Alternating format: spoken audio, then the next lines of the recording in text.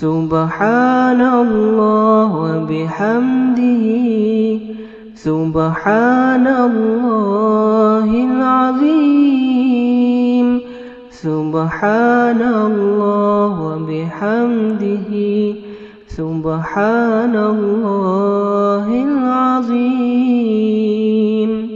بسم اللہ الرحمن الرحیم۔ الحمد للہ رب العالمین والصلاة والسلام علی اشرف المرسلین نبینا و سیدنا محمد وعلی آلہ و اصحابہ اجمعین۔ ناظرین السلام علیکم۔ ہماری آج کی گفتگو کا موضوع ہے فقیروں سے ہمدردی یا خیر خواہی۔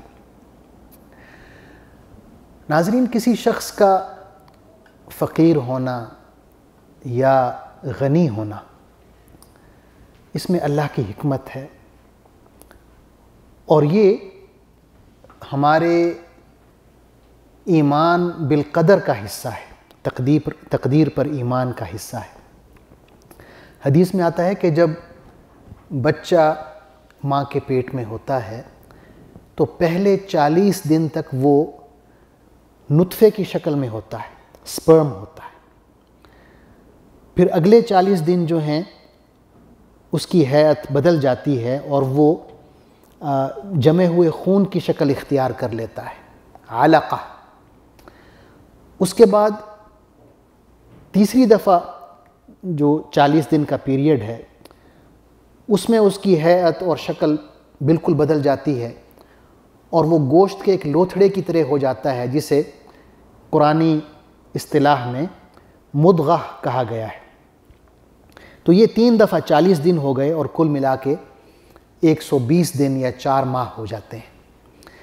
حدیث میں آتا ہے کہ ان 120 دنوں کے بعد اللہ تعالیٰ ایک فرشتے کو بھیجتے ہیں اور وہ اس جسم میں روح پھونکتا ہے اور اس بچے کے لیے، وہ مذکر ہے یا مؤنث، 4 چیزیں لکھ دیتا ہے۔ پہلا اس کی عمر ہے کہ وہ کتنا عرصہ اس دنیا میں رہے گا۔ دوسرا اس کا رزق ہے کہ وہ کتنا کمائے گا، پورا اس کا جو بجٹ ہے وہ لکھ دیا جاتا ہے۔ تیسرا اس کا عمل ہے کہ وہ کیا کرے گا، نیک اعمال بھی برے اعمال بھی۔ اور چوتھا یہ کہ وہ نیک بخت ہوگا یا بد بخت ہوگا، یعنی جنت میں جائے گا یا جہنم میں جائے گا۔ تو یہ جو رزق کا معاملہ ہے یہ آج کا ٹاپک ہے، امیری اور غریبی کے حوالے سے۔ تو کہنے کا مقصد یہ ہے کہ یہ پہلے سے اللہ تعالیٰ طے کر چکے ہوتے ہیں کہ یہ جو نئی روح آ رہی ہے، نیا بچہ آ رہا ہے اس دنیا میں، اس نے کس طرح زندگی گزارنی ہے، اس کا کیا بجٹ ہے جو اسے دیا جا رہا ہے، یہ امیر شمار ہوگا یا غریب شمار ہوگا۔ بعض دفعہ کسی غریب آدمی کو دیکھ کر شیطان ہمارے دلوں میں یہ وسوسہ ڈالتا ہے کہ یہ شخص غالباً اس لیے غریب ہے کہ اس نے کوئی گناہ کیا ہوگا اور اللہ تعالیٰ نے بطور سزا کے اسے غریب بنا دیا ہے، اور میں اس لیے امیر ہوں کہ غالباً یہ میرا کوئی کمال ہے، مجھ میں اچھی صفات ہیں اور اس کمال کی بدولت میں امیر ہوں۔ اللہ تعالیٰ نے یہ دونوں باتیں جو ہیں کوٹ کی ہیں۔ پہلی بات کفار قریش کے حوالے سے سورہ یاسین میں ہم پڑھتے ہیں، اللہ تعالیٰ فرماتے ہیں وَإِذَا قِيلَ لَهُمْ أَنفِقُوا مِمَّا رَزَقَكُمُ اللَّهُ قَالَ الَّذِينَ كَفَرُوا لِلَّذِينَ آمَنُوا أَنُطْعِمُ مَن لَّوْ يَشَاءُ اللَّهُ أَطْعَمَهُ إِنْ أَنْتُمْ إِلَّا فِي ضَلَالٍ مُّبِينٍ۔ اور جب ان سے کہا جاتا ہے کہ اللہ نے جو رزق تمہیں عطا کیا ہے اس میں سے کچھ اللہ کی راہ میں بھی خرچ کرو، تو یہ لوگ جنہوں نے کفر کیا ہے ایمان لانے والوں کو جواب دیتے ہیں، کیا ہم ان کو کھلائیں جنہیں اگر اللہ چاہتا تو خود کھلا دیتا، تم تو بالکل ہی بہک گئے ہو۔ یعنی یہ کافروں کا جواب ہوتا ہے کہ بھئی ہم انہیں کیوں کھلائیں، اللہ چاہے تو انہیں خود کھلا سکتا ہے۔ یعنی ان کی جو غربت ہے، ان کا جو فقر ہے، اس کا مذاق اڑایا جاتا ہے کہ غالباً یہ انہی کا کوئی قصور ہے، انہی کی کوئی خامی ہے جن کی وجہ سے یہ اس حالت میں ہے، اور یہ بھول جاتے ہیں کہ یہ تو اصل میں تقدیر کا کھیل ہے، تقدیر کا معاملہ ہے، یہ اللہ کی مشیت تھی، اس کی حکمت تھی کہ اللہ تعالیٰ نے اس شخص کو ایسے پیدا کیا ہے۔ یا اللہ تعالیٰ قارون کا ذکر کرتے ہیں کہ جب اسے کہا گیا کہ بھئی تم اتنا تکبر نہ کرو، اپنی قوم کا بھی خیال رکھو، اللہ نے تمہیں نعمتیں دی ہیں، تو وہ اللہ کی نعمت کو، اللہ کے احسان کو جھٹلاتے ہوئے اپنا جو کمال ہے اس کو جتا رہا ہے کہ یہ میرا کمال ہے، میرا علم ہے جس کی بدولت مجھے دیا گیا ہے۔ کہتا ہے قرآن مجید میں، اللہ تعالیٰ نے اس کی بات کو کوٹ کیا ہے، انما اوتیتہ علی علم عندی، کہ یہ سب کچھ مجھے اس علم کی بنا پر دیا گیا ہے جو مجھے حاصل ہے۔ یعنی اس میں ایک تکبر کی کیفیت ہے، پہلو نکل رہا ہے۔ اللہ تعالیٰ نے مسلمانوں کو تنبیہ کی ہے کہ وہ اللہ کی راہ میں خرچ کریں قبل اس کے کہ وہ وقت آ جائے کہ آپ اس قابل نہ ہوں کہ اللہ کی راہ میں خرچ کر سکیں۔ سورہ بقرہ میں اللہ تعالیٰ فرماتے ہیں، یا ایھا الذین آمنوا انفقوا مما رزقناکم من قبل ان یأتی یوم لا بیع فیہ ولا خلۃ ولا شفاعہ والکافرون هم الظالمون۔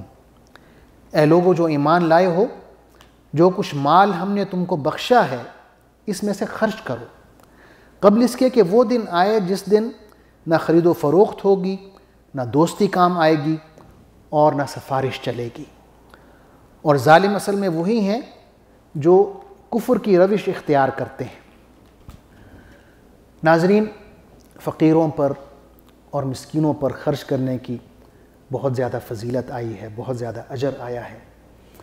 قرآن مجید میں اللہ تعالیٰ فرماتے ہیں، فَأَمَّا الْيَتِيمَ فَلَا تَقْهَرْ وَأَمَّا السَّائِلَ فَلَا تَنْهَرْ، کہ یتیم سے سختی کے لہجے میں بات نہ کرو اور سائل کو جھڑکو مت، یعنی اگر آپ نہیں دے سکتے تو کم از کم اس کی بے عزتی نہ کریں، اسے اچھے الفاظ میں آپ روانہ کر سکتے ہیں، کہہ سکتے ہیں کہ ابھی گنجائش نہیں ہے، لیکن آپ کو یہ اختیار نہیں ہے کہ آپ اسے جھڑکیں، اس کی توہین کریں، اس کی بے عزتی کریں۔ اسی طرح حدیث میں آتا ہے کہ ایک شخص حضور صلی اللہ علیہ وسلم کے پاس آیا، اس نے کہا کہ یا رسول اللہ، میں یہ محسوس کرتا ہوں کہ میرا دل بہت سخت ہے، تو آپ مجھے کوئی ایسی بات بتائیں جس سے میرا دل نرم ہو جائے۔ تو آپ صلی اللہ علیہ وسلم نے فرمایا کہ تم یتیم کے سر پر محبت اور شفقت سے ہاتھ پھیرو اور مسکین کو کھانا کھلاؤ، اس سے یہ جو کیفیت ہے دل کی سختی کی جس کی تم شکایت کر رہے ہو، یہ کیفیت جاتی رہے گی۔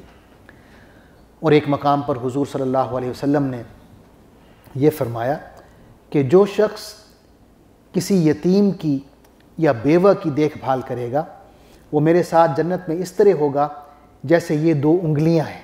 آپ صلی اللہ علیہ وسلم نے اپنی شہادت کی انگلی اور درمیانی انگلی کو اکٹھا کر کے یوں دکھایا کہ جس طرح یہ دو انگلیاں قریب قریب ہیں، وہ شخص جو یتیم کی پرورش کرتا ہے، بیوہ کا خیال رکھتا ہے، وہ میرے ساتھ جنت میں اس طرح ہوں گے، یعنی میرے اتنے قریب ہوں گے۔